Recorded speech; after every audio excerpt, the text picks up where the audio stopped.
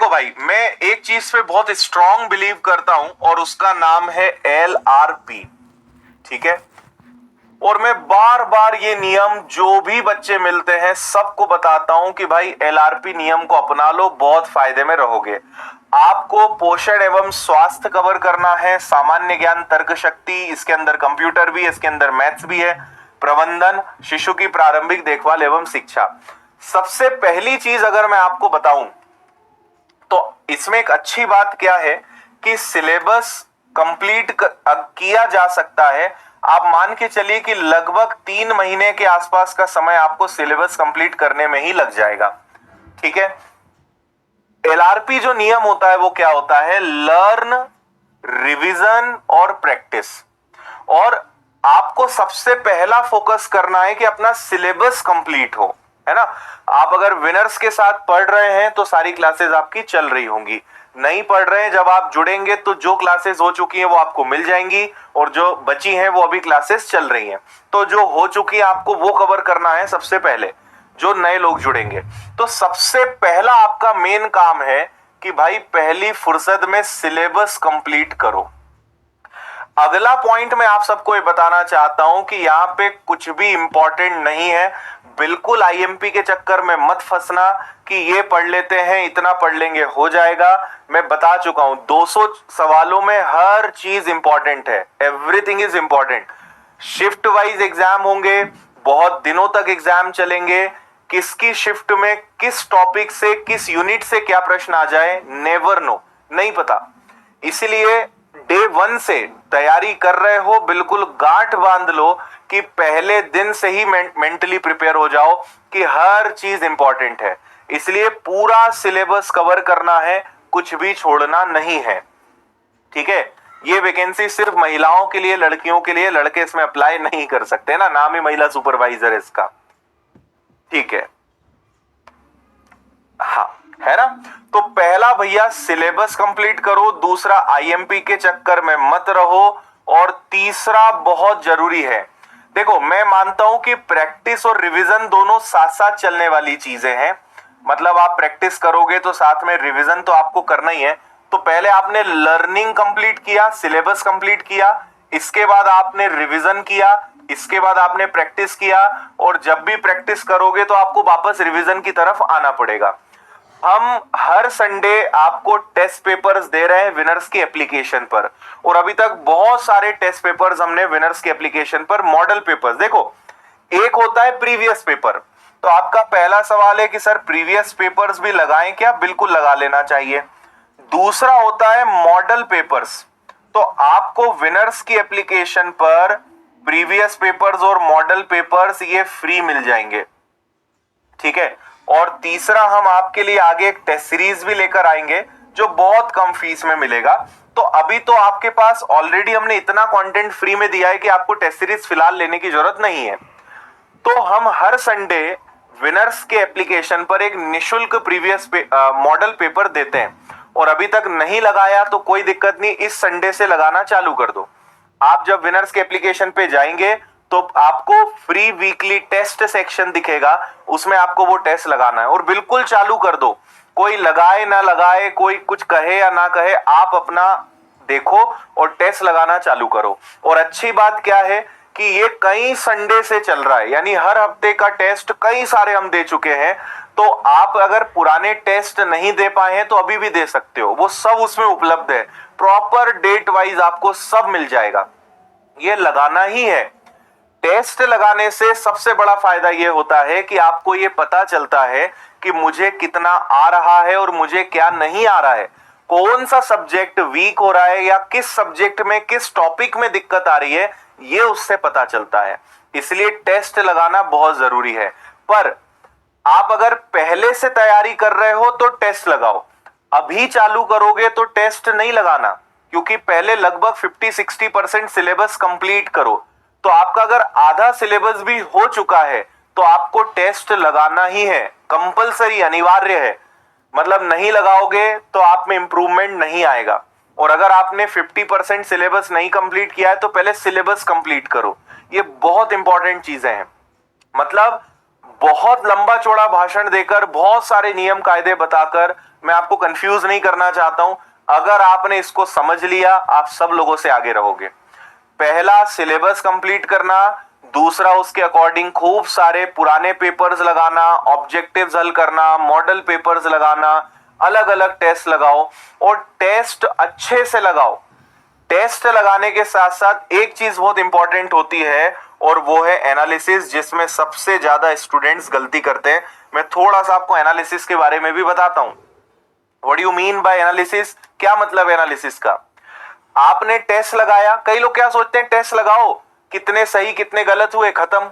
जबकि टेस्ट लगाने का असली मकसद है उसका एनालिसिस करना। एनालिसिस का मतलब होता है कि जो बन गया वो तो ठीक है भाई, 200 नंबर का पेपर लगाया, 120 नंबर आ गए, ठीक है। 80 नंबर क्यों नहीं आए, कहां कटे, उसको समय देना है। अगर आप 2 घंटे, वैसे 3 घंटे एग्जाम के हिसाब से बहुत ज्यादा है, मुझे लगता है कि आप जब टेस्ट लगाओगे तो 2 घंटे भी के अंदर अंदर हो जाएगा। तो मैं कहता हूं कि अगर 2 घंटे आपने पेपर लगाया है ना, तो 2 घंटे एनालिसिस पे भी दो। क्या बन गया वो इंपॉर्टेंट नहीं है, क्या नहीं बना, वो क्यों नहीं बना, उस पे समय देना है, उस पर विचार करना है, उसमें दिमाग लगाना है। फिर आपको पता चलेगा कि यार ये वाला सेक्शन मेरा हमेशा गलत हो रहा है, ये पोर्शन में मैं हमेशा भूल जा रही हूं, उसको रिवीजन करना है, उसको वापस से पलटाना है। तो नोट्स बनाए हैं तो नोट्स से रिवीजन करो। आपको लगता है कि नहीं नोट्स नहीं, तो आपके पास वीडियोस हैं, उन वीडियोस से, कोर्स के अंदर आपको जो मिले हैं वीडियोस, उनसे रिवीजन करो। तो जहां पे गलती हो रही है, जहां पे नंबर कट रहे हैं, उससे रिवीजन करना है। तो टेस्ट लगाना इसलिए इंपॉर्टेंट है ताकि पता चले कि जो पढ़ चुके हैं वो फिर भी गलत क्यों हो रहा है और कहां गलत हो रहा है, उसको आप वापस से पढ़ेंगे। तो इसलिए एनालिसिस बहुत इंपॉर्टेंट है, इसको हल्के में नहीं लेना है, बहुत इंपॉर्टेंट है ये। किताबें आपको लेना है कि नहीं, देखो ये आपके ऊपर है। वैसे सारे टीचर्स आपको सारी चीजें पढ़ा रहे हैं, बट अब आप फिर भी चाहते हो कि यार नोट्स, क्योंकि हाउसवाइफ्स हैं, कोई ना कोई जिम्मेदारियां हैं, लड़कियों के पास घर की कुछ काम है, तो आपके पास अगर नोट्स बनाने का टाइम नहीं है, या आप चाहते हो कि यार सिस्टमेटिक एक जगह सब मिल जाए, तो आप किताबें ले लो। अगर आपके पास समय है, प्रॉपर आपने नोट्स बनाए हैं, या आपको रिवीजन करने का सोर्स है, तो फिर किताबों की जरूरत नहीं है। बाकी विनर्स में आपको सारे विषयों की किताब भी मिल जाएगी, मैं आपको वो बता ही चुका हूं, ठीक है। सवाल ये आता है कि सर टाइम मैनेज कैसे करें, टाइम टेबल कैसे बनाएं। इसका मैं आपको एक बहुत सटीक और कम शब्दों में आंसर देता हूं। आप अपनी परिस्थितियों के हिसाब से, अपनी जिम्मेदारियों के हिसाब से, आपके पास घर में कितना काम है उसके हिसाब से टाइम टेबल बनाओ। पहली गलती जो नहीं करनी है वो ये कि किसी को कॉपी नहीं करना है। आपने YouTube पे किसी को देख लिया, आपने अपने फ्रेंड से किसी से बात कर ली कि मैं तो ऐसे ऐसे पढ़ रही हूं, आपने कहा अरे तुम ऐसे पढ़ रहे हो, मैं भी ऐसे पढ़ूंगी। उसकी परिस्थिति अलग है, आपकी परिस्थिति अलग है। आपको सिर्फ ये ध्यान रखना है कि भाई आने वाले 4 महीने जितना ज्यादा से ज्यादा समय निकाला जा सकता है हमें पढ़ने पे लगाना है। लेकिन किसी को कॉपी मत करिए कि आपकी बेस्ट फ्रेंड जो है सुबह 5 बजे उठ के पढ़ रही है तो आपको भी 5 बजे उठ के पढ़ना है क्योंकि वो पढ़ रही है। ऐसा करने से, या किसी महिला सुपरवाइजर में सिलेक्टेड किसी महिला ने कोई वीडियो बना दिया कि मैं इतने बजे उठ के या इतने बजे सो जाती थी और पढ़ती थी, किसी को कॉपी करने से आप कभी सिलेक्ट नहीं होंगे। आप हमेशा सिलेक्ट होंगे अपनी परिस्थितियों के हिसाब से टाइम टेबल बनाने पे। तो मैं उस टाइम टेबल को कभी सजेस्ट नहीं करता कि इतने बजे उठ जाओ। हम ऐसे ही बनाते ना, 5 बजे वेकअप उठना है, 5:30 से 8 बजे तक हमें प्रबंधन पढ़ना है, फिर 8 बजे से 9 बजे तक विनर्स एप्लीकेशन पर ये क्लास अटेंड करनी है। आप ऐसे टाइम टू टाइम चलोगे ना, कभी कवर नहीं होगा और वो कभी फॉलो हुआ भी नहीं है। आपको भी पता है कि आपने ऐसे जब भी टाइम टू टाइम स्लॉट बनाया है, टाइम टेबल बनाया है, वो कभी फॉलो नहीं होता है। इसीलिए अपनी परिस्थितियों के हिसाब से, अपने उस दिन के हिसाब से आप टाइम टेबल सेट करें। मेरा एक सजेशन इसमें हमेशा होता है और वो ये होता है कि always plan next day, always plan next day. आप कुछ मत करो, एक छोटी सी आदत बना लो कि रात को सोने के पहले अगले दिन का प्लान बना लो कि कल मुझे क्या करना है। आप लंबा चौड़ा प्लान मत बनाओ कि मुझे रोज ये फॉलो करना है, मत करो।